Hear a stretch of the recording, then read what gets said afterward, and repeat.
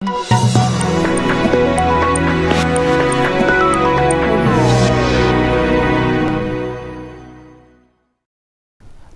आप देख रहे हैं आपका अपना चैनल भिवानी हलचल और खबरों के संग में मैं हूं मनोज कुमार। आइए सबसे पहले डालते हैं एक नजर आज की हेडलाइंस पर।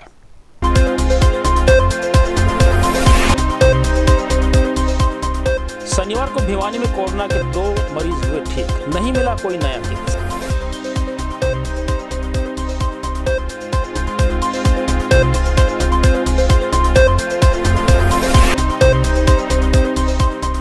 राष्ट्रपिता महात्मा गांधी की पुण्यतिथि पर दी गई श्रद्धांजलि।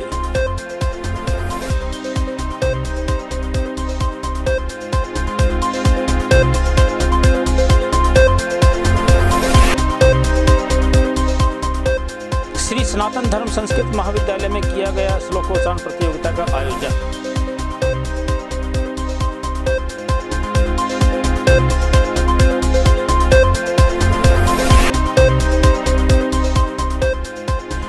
फरवरी से हरियाणा सरकार ने 6वीं से 8वीं तक की कक्षाएं शुरू करने के दिए आदेश।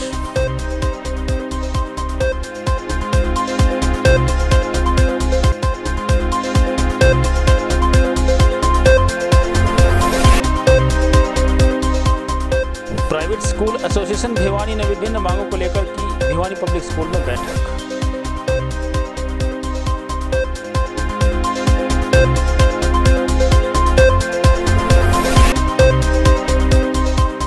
जलघर में बचा 4 दिन का पानी शेष, जन स्वास्थ्य विभाग हुआ चिंतित। टैंकरों में करनी पड़ रही है पानी की सप्लाई।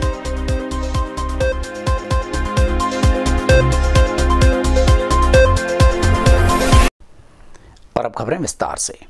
शनिवार को भिवानी में कोरोना पॉजिटिव के 2 केसेस ठीक होने के बाद यहां एक्टिव केसेस की संख्या 5 रह गई है। इस तरह से अब तक आए कुल 6,318 केसेस में से 6,169 ठीक हो चुके हैं। स्वास्थ्य विभाग की टीम ने एसओपी की हिदायतों को दोहराते हुए अनेकों सैंपल्स लेकर जांच के लिए भेजे। इस बारे में भिवानी की सीएमओ डॉक्टर सपना गहलावत ने बताया कि शनिवार को भिवानी में कोई भी कोरोना का नया केस नहीं मिला। उन्होंने कहा कि आज तक भिवानी में 6,318 लोग कोरोना से संक्रमित हो चुके हैं, जिनमें से 6,169 लोग ठीक भी हो चुके हैं। वहीं जिले में अब केवल 5 एक्टिव केस बचे हैं। उन्होंने कहा कि जिले में सैंपल्स लेने का कार्य अभी भी जारी है। शीघ्र ही भिवानी जिला कोरोना से मुक्त होने जा रहा है। राष्ट्रपिता महात्मा गांधी की 73वीं पुण्यतिथि पर नगर के अनेक संगठनों ने उन्हें श्रद्धांजलि दी। स्थानीय नेकीराम पुस्तकालय में उनकी प्रतिमा पर श्रद्धा सुमन अर्पित कर उन्हें याद किया गया और उनके बताए गए सिद्धांतों पर चलने का संकल्प भी लिया गया और उनके द्वारा बताई गई बातों को अमल में लाया गया। राष्ट्रपिता महात्मा गांधी की पुण्यतिथि शनिवार को विभिन्न सामाजिक संगठनों ने उनके चित्र पर पुष्प अर्पित कर उनको श्रद्धांजलि देकर मनाई।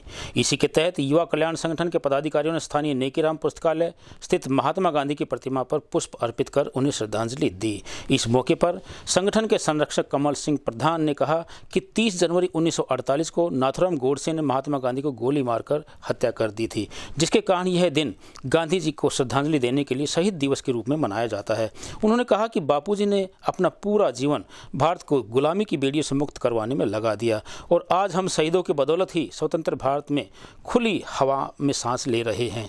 वहीं उन्होंने सभी से आह्वान करते हुए कहा कि आज हम सभी हार्दिक तौर पर प्रतिज्ञा लें कि हम सभी अपने राष्ट्र की उन्नति व प्रगति में पूर्ण निष्ठा व ईमानदारी से स्वयं को समर्पित कर देंगे। आज राष्ट्रपिता महात्मा गांधी की 73वीं पुण्यतिथि थी और युवा कल्याण संगठन और तमाम दूसरे संगठन भी आज इसको मनाने के लिए आए हैं। तो मैं तो एक ही बात कहता हूं कि ऐसे महापुरुषों की जयंती मनाने से हमारे नौजवान हैं उन्हें पता लगे कि उस टाइम में महात्मा गांधी जी ने कितनी बड़ी कुर्बानी दी थी और उन्होंने कहा था कि हिंसा से नहीं, अहिंसा से हम देश को आज़ाद कराएंगे। और उन्होंने उपवास करके और दांडी यात्रा करके, असहयोग आंदोलन करके और देश को आज़ाद कराने का काम किया। हमारा प्रयास ही रहता है युवा कल्याण संगठन का कि ऐसी महापुरुषों की जयंती मनाते रहें ताकि आने वाली पीढ़ी को ये पता लगे कि इतने बड़े बड़े महापुरुष हुए थे उनकी प्रेरणा से। क्योंकि आज के युग में जिस प्रकार से लोग हिंसा का सहारा ले रहे हैं, तो ऐसे महापुरुषों की जयंती मनाने से पता लगेगा कि हिंसा का हमारे समाज में कोई स्थान नहीं है। और 36 बिरादरी के हमारे नौजवान, हमारा समाज मिलके चलता है।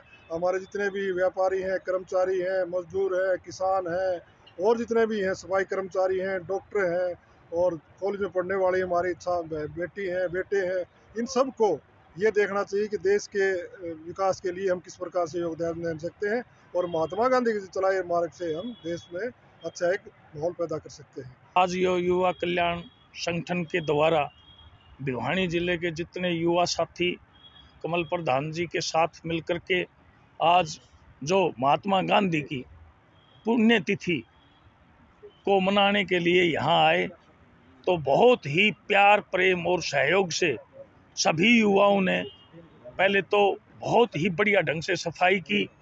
और मैं तो कहता हूँ कि इस तरह का ये जो संगठन जो 36 बरादरी के भाइयों का और सभी धर्मों का संगठन जो ये कार्य कर रहा है, बड़ा सराहनीय कार्य है। विशेष रूप से मैं कहना चाहता हूँ कि आज का दिन महात्मा गांधी का जो पुण्यतिथि का दिन है, आज के दिन हमारे सभी युवाओं ने, यहाँ तक कि पूरे देश के युवाओं ने एक संकल्प लेना चाहिए कि महात्मा गांधी जी के बताए हुए रास्ते, अहिंसा का जो रास्ता, उसी रास्ते के माध्यम से देश की उन्नति को आगे बढ़ाया जा सकता है। आज जो जगह जगह तरह तरह की आग की लपटें उठ रही हैं, ऐसे समय में महात्मा गांधी के इस पुण्यतिथि पर विशेष रूप से मैं कहना चाहता हूँ कि युवा और सभी वर्ग एक शांति का दूत बनकर के, जिस तरह महात्मा गांधी ने अपने अंग्रेजों के शासन को धूल चटाई थी, उसी तरह शांति एक ऐसा हथियार है जिस अहिंसा को हम नु कहते हैं कि परमो धर्म, यानी कि शांति के माध्यम से ही भी किसी भी चीज को प्राप्त किया जा सकता है। महेंद्रपाल यादव है जी। मैं स्वतंत्रता सेनानी उत्तराधिकारी कल्याण संगठन का एक अध्यक्ष होने के नाते आज हम माननीय श्री महात्मा गांधी जी का पुण्यतिथि 73वीं पुण्यतिथि नेकीराम पुस्तकालय में जोश और खरोश के साथ मना रहे हैं। और गांधी जी के बारे में तो बातें मतलब बताने या उनके विचार बताने एक सूरज को दीपक दिखाने वाली बात है, पर जब भी किसी भी आंदोलन की या कोई बात चलती है, वंचित शोषित कोई भी यदि आंदोलन या कोई बात करता है, तो सबसे पहले माननीय श्री महात्मा गांधी जी का नाम पहले आता है कि हम गांधी जी के दिखाए हुए मार्ग पे चलेंगे। अनेक भाषाओं की जननी संस्कृत भाषा के प्रचार प्रसार के उद्देश्य से स्थानीय सराय चोपटा स्थित श्री सनातन धर्म संस्कृत महाविद्यालय में श्लोकोच्चारण प्रतियोगिता और विद्वज्जन सम्मान समारोह का आयोजन किया गया। इस अवसर पर अनेक बच्चों ने जहां श्लोकोच्चारण किया, वहीं संस्कृत अकादमी पंचकुला के निदेशक एवं जिला शिक्षा अधिकारी ने संस्कृत के महत्व पर प्रकाश भी डाला। शनिवार को हरियाणा संस्कृत अकादमी पंचकुला के सौजन्य से श्री सनातन धर्म संस्कृत महाविद्यालय में श्लोकोच्चारण प्रतियोगिता का आयोजन किया गया। प्रतियोगिता का शुभारंभ भिवानी के जिला शिक्षा अधिकारी अजीत सिंह शोरान ने बतौर मुख्य अतिथि किया। वहीं कार्यक्रम की अध्यक्षता अकेडमी के निदेशक डॉक्टर दिनेश शास्त्री ने की। इस अवसर पर उन्होंने बताया कि भारत सरकार द्वारा संस्कृत भाषा को बढ़ावा देने के लिए अनेक संस्कृत महाविद्यालय की स्थापना की गई है। वहीं जिला शिक्षा अधिकारी ने बताया कि संस्कृत भाषा से ही भारतीय संस्कृति की पहचान होती है। वहीं इस अवसर पर संस्कृत विद्वानों का सम्मान निदेशक व जिला शिक्षा अधिकारी के द्वारा किया गया। पहले नाम बताइए। हेलो, डॉक्टर दिनेश शास्त्री, निदेशक हरियाणा संस्कृत अकादमी पंचकुला। आज के प्रोग्राम के बारे में बताइए सर।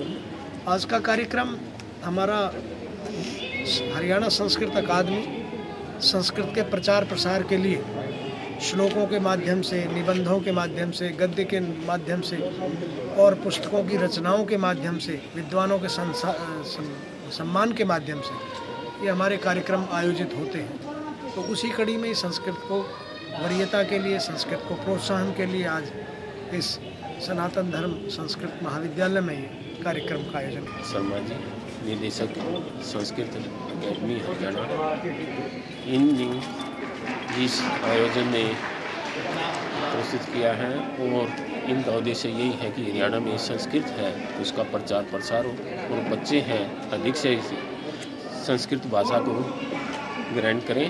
और ये हमारी देवों की भाषा है, हमारा भारतीय संस्कृति है वो काफ़ी मतलब साहित्य वगैरह है वो संस्कृत में उपलब्ध है। तो निश्चित रूप से जब से संस्कृत का विकास होगा तो हमें बहुत सी चीज़ें हैं वो सीखने को मिलेगी। संस्कृत भाषा का हमारे नई सरकार आने के उपरांत और भारत के यशस्वी प्रधानमंत्री के आने के बाद बड़ा भारी संस्कृत का उत्थान हो रहा है। अभी भारत सरकार ने 3 केंद्रीय संस्कृत विश्वविद्यालयों की स्थापना की है। हरियाणा सरकार ने कैथल के अंदर संस्कृत विश्वविद्यालय की स्थापना की है। और बड़े गौरव और गरिमा की बात तो ये है कि जहाँ संस्कृत उपेक्षित थी, संस्कृत को मृत भाषा कहा जाता था, आज देश की संसद, लोकसभा और राज्यसभा के अंदर इसको 5वां स्थान मिलता है वक्ताओं को बोलने का, जो कि एक कीर्तिमान हमारी भाषा के लिए, संस्कृत भाषा के लिए एक बड़ी कड़ी का काम है। आज देश के अंदर 17 संस्कृत विश्वविद्यालय स्थापित हो चुके हैं और भारत का भविष्य संस्कृत में ही निहित है। जहाँ पहले संस्कृत के अंदर लोक भाषा, जन भाषा और यहाँ तक कि पक्षी भी संस्कृत का गान किया करते थे, बोला करते थे, वही रूप हमारे इस वर्तमान सरकार के कार्यकाल के अंदर जागृत होगा। आज यहाँ जो कार्यक्रम आयोजित किया गया है, हरियाणा संस्कृत अकादमी के निदेशक डॉक्टर दिनेश शास्त्री जी के निर्देशन में कार्यक्रम का आयोजन किया गया है। हरियाणा संस्कृत अकादमी संस्कृत भाषा के प्रचार प्रसार के लिए कृत संकल्प है। न केवल विद्वानों और साहित्यकारों का ही सम्मान, अपितु छात्रों में कैसे भारतीय संस्कृति और संस्कृत भाषा के प्रति रुचि जागृत हो, इसके लिए प्रतियोगिता का आयोजन किया जा रहा है। हमारे संस्कृत महाविद्यालय में संस्कृत को बढ़ावा देने के लिए कि आने वाली जनरेशन हमारी संस्कार युक्त हो। आज के इस भौतिकवादी युग के अंदर जिस प्रकार के व्यक्तिगत स्वार्थ को लेके पब्लिक के अंदर एक अलग सोच पैदा हुई है, उसकी एवज में जो हमारी जो सांस्कृतिक विरासत है, जिसको हम कहते हैं संस्कृत भाषा में जिस प्रकार की नीतियाँ, जिस प्रकार की सूक्ति श्लोकों में पूरे समाज का चरित्र चित्रण किया गया है। सोमवार से 6ठी से 8वीं तक की कक्षाओं को भी सुबह 10 बजे से 1:30 बजे तक लगाया जाएगा। यह कहना था जिला शिक्षा अधिकारी श्री अजीत सिंह का। गौरतलब है कि 9वीं से 12वीं तक की कक्षाएं पहले से ही लगाई जा रही हैं, लेकिन सभी विद्यालयों में सरकार द्वारा जारी SOP का पालन भी अवश्य ही करना होगा। इस बारे में जिला शिक्षा अधिकारी अजीत सिंह सोरान ने कहा कि उनके पास शिक्षा विभाग से 6ठी से 8वीं तक के स्कूल खोलने के लिए आदेश आ चुके हैं। वहीं उन्होंने बताया कि 1 फरवरी से सभी स्कूल कोरोना नियमों का पालन करते हुए खोले जा रहे हैं। वहीं 9वीं से 12वीं तक की कक्षाएं पहले से ही चल रही हैं। वहीं उन्होंने बताया कि ये कक्षाएं सुबह 10 बजे से 1:30 बजे तक 3 घंटे के लिए चलेंगी। वहीं उन्होंने सभी स्कूल प्राचार्यों व मुख्याध्यापकों को इन बच्चों को बुलाने के लिए आदेश जारी कर दिए हैं। सरकार ने जो SOP जारी किया है वो हमने सभी स्कूलों को निर्देश दे दिए हैं। कल ही हमारे माननीय डायरेक्टर साहब की VC थी, जिसमें सभी BOs और जिला के अधिकारी मौजूद थे। उनमें डिटेल डिस्कशन के बाद सरकार ने 1 फरवरी से 3.5 घंटे के लिए 6 से 8 के बच्चों को भी स्कूल में आने के लिए निर्देश दिए हैं। 9 से 12 की क्लासेज हमारी पहले से ही लग रही हैं, तो काफ़ी समय से बच्चे घरों में थे। हालांकि हम ऑनलाइन पढ़ाई करवा रहे थे बच्चों की, परंतु अब वो स्कूल में आके जितने भी डाउट्स हैं और जो सिलेबस हमारा कहीं न कहीं छूटता नज़र आ रहा था, तो अब आने वाले इन 3 महीने में हम अच्छी मेहनत करके बच्चों को सिलेबस भी पूरा कराएंगे और उसके इस वर्ष को जो अब तक थोड़ा बहुत यदि हम यूँ मानते हैं कि नुकसान हुआ है, उसकी भरपाई कर पाएंगे। सभी को नमस्कार। जैसा आप सभी को पता है कि अभी डायरेक्टर सेकेंडरी एजुकेशन ने कल ही 29 जनवरी को एक लेटर इश्यू किया है, जिसमें स्कूल को रीओपन करने का सवाल है। और स्कूल में जो रीओपनिंग का है वो 6ठी से 8वीं क्लास तक के बच्चों को बुलाया जाएगा, जो अभी तक नहीं आए थे, क्योंकि अभी तक 9 से 12 तक के बच्चे स्कूलों में आ रहे थे। इसमें सरकार ने ये निर्णय लिया है कि सभी जो है प्रोटोकॉल्स जो डिज़ास्टर मैनेजमेंट के ऑलरेडी इश्यूड किए गए हैं, उन सभी को लागू किया जाएगा। जैसे कि 72 घंटे से पुराना जो है वो सर्टिफिकेट जो PHC या CHC के जो डॉक्टर्स हैं वो इश्यू करेंगे, तो उससे पुराना नहीं होना चाहिए। सभी बच्चे मेडिकल सर्टिफिकेट लेकर ही स्कूल में एंट्री करेंगे। दूसरा जो है पेरेंट्स की परमिशन भी ली जाएगी। पेरेंट्स रोज़ाना उनका टेम्परेचर नोट किया जाएगा और उसको नोटिस में लाया जाएगा हाईएस्ट अधिकारियों के। स्थानीय भिवानी पब्लिक स्कूल में शनिवार को नगर के प्राइवेट स्कूल संचालकों की एक बैठक का आयोजन किया गया।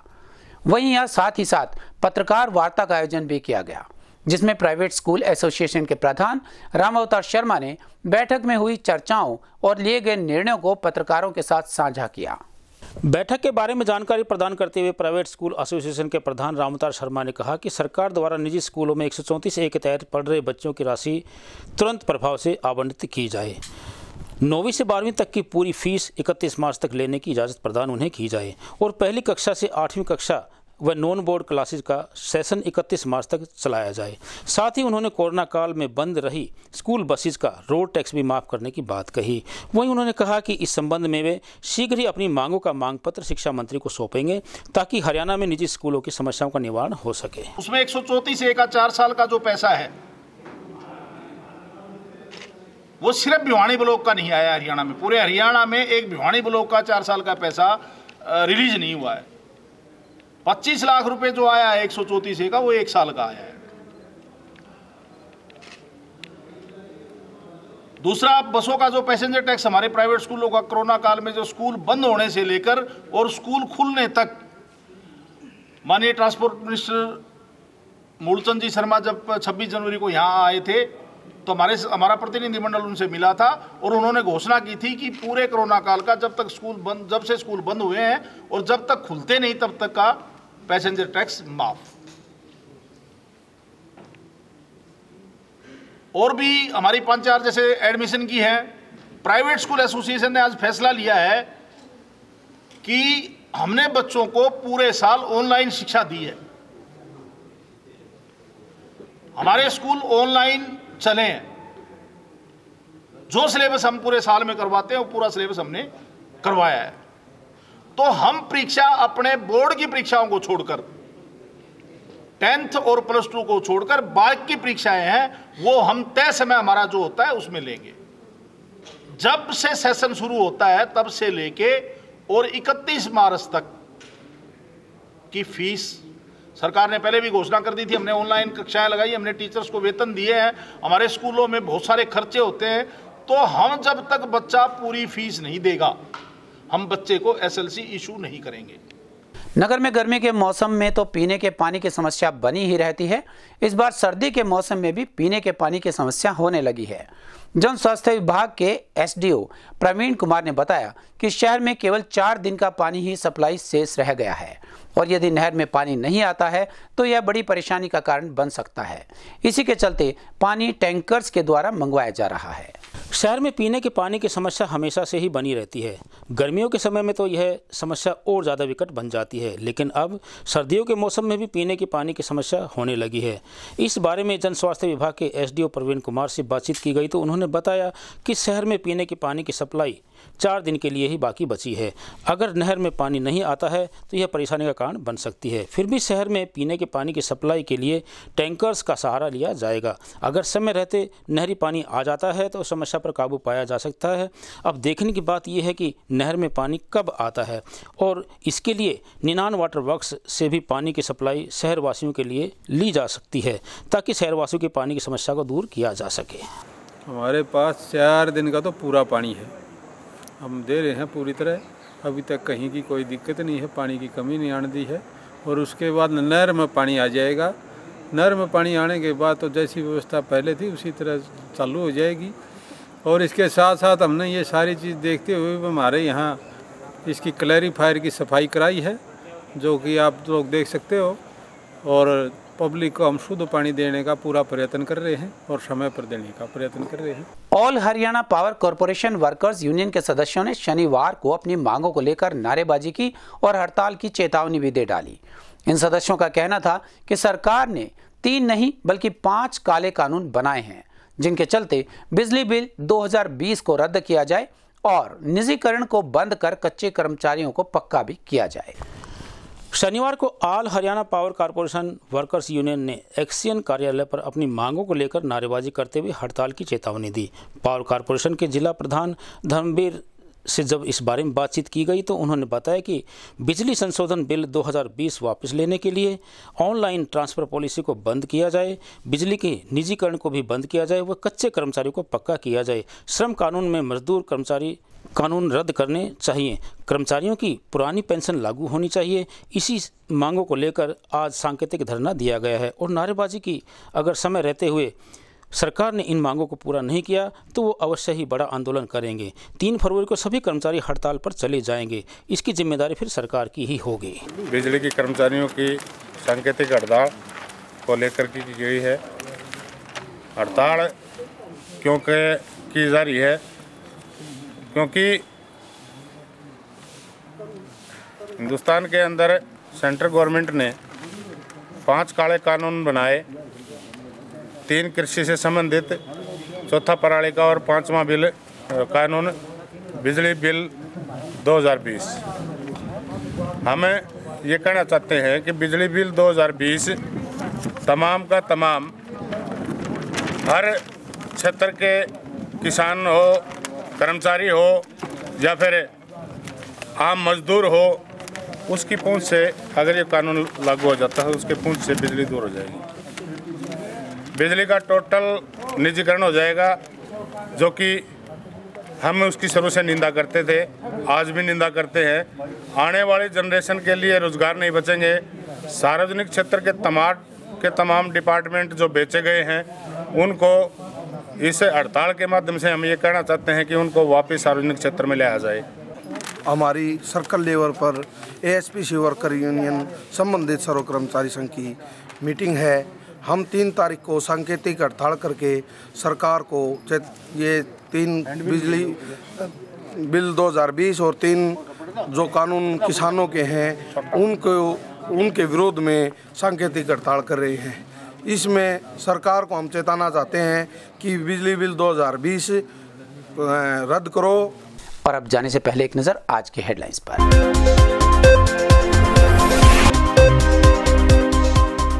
शनिवार को भिवानी में कोरोना के 2 मरीज हुए ठीक, नहीं मिला कोई नया केस।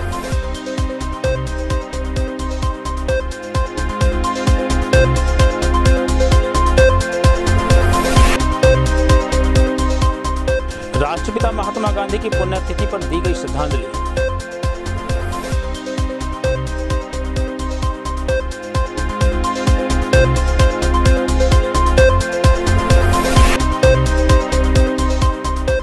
श्री सनातन धर्म संस्कृत महाविद्यालय में किया गया श्लोकोच्चारण प्रतियोगिता का आयोजन।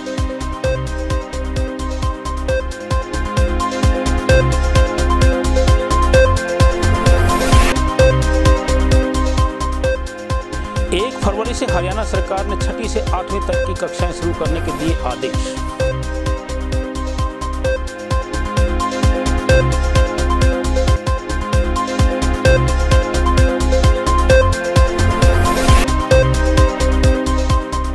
प्राइवेट स्कूल एसोसिएशन भिवानी ने विभिन्न मांगों को लेकर की भिवानी पब्लिक स्कूल में बैठक।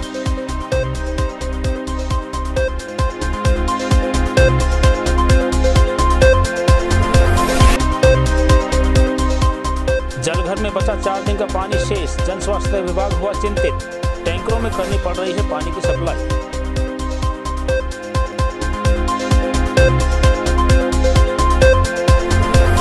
हमारा इस समय बस इतना ही। अगले के लिए देखते रहिएगा आपका अपना चैनल भिवानी हलचल।